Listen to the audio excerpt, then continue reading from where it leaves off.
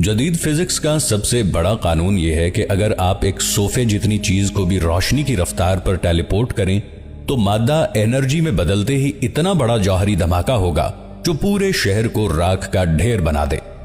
تو پھر 3000 سال پہلے یمن کے شاہی محل میں رکھا ملکہ بلقیس کا ٹنوں وزنی سونے کا تخت بغیر کسی دھماکے، بغیر کسی شعلے اور بغیر 1 انچ کی تباہی کے 1500 کلومیٹر دور بیت المقدس میں کیسے نمودار ہو گیا، وہ بھی پلک جھپکنے سے پہلے؟ سائنسدان کہتے ہیں یہ ناممکن ہے کیونکہ یہ فزکس کے بنیادی قوانین کے خلاف ہے۔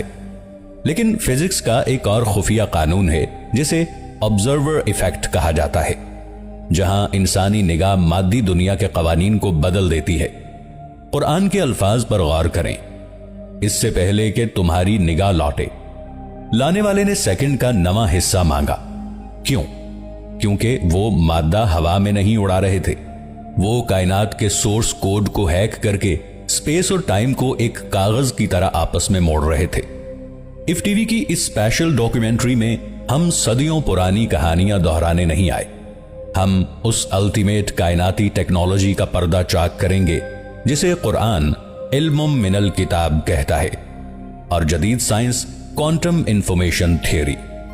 اپنے دماغ کو تھام لیجئے، کیونکہ جو آپ دیکھنے جا رہے ہیں وہ آپ کی حقیقت کو بدل دے گا۔ جب دربار میں ملکہ بلقیس کا تخت لانے کا چیلنج ہوا تو وہاں 2 مختلف سائنسی سوچوں کا مقابلہ تھا۔ پہلا دعویٰ ایک جن نے کیا جس نے دربار ختم ہونے تک کا وقت مانگا۔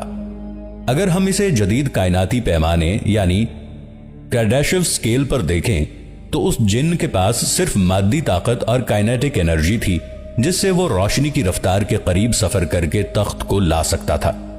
لیکن اس مادی طاقت کے ساتھ فزکس کا ایک بڑا تضاد آڑے آتا ہے۔ اگر ٹنوں وزنی تخت روشنی کی رفتار سے فضا میں سفر کرتا تو ہوا کی رگڑ یعنی ایئر ریزسٹنس سے اتنا شدید حرارتی طوفان پیدا ہوتا جو یمن سے بیت المقدس تک سب کچھ جلا کر راکھ کر دیتا۔ مادی طاقت کائنات کے اس قانون کے سامنے فیل ہو گئی، اسی لیے حضرت سلیمان علیہ السلام نے اس مادی طریقے کو مسترد کر دیا۔ تب دربار میں وہ دوسرا شخص کھڑا ہوا جس نے پلک جھپکنے کا دعویٰ کیا۔ اس نے تخت کو ہوا میں اڑایا ہی نہیں بلکہ فزکس کی سب سے ماڈرن تھیوری استعمال کی جسے کوانٹم انفارمیشن تھیوری کہا جاتا ہے۔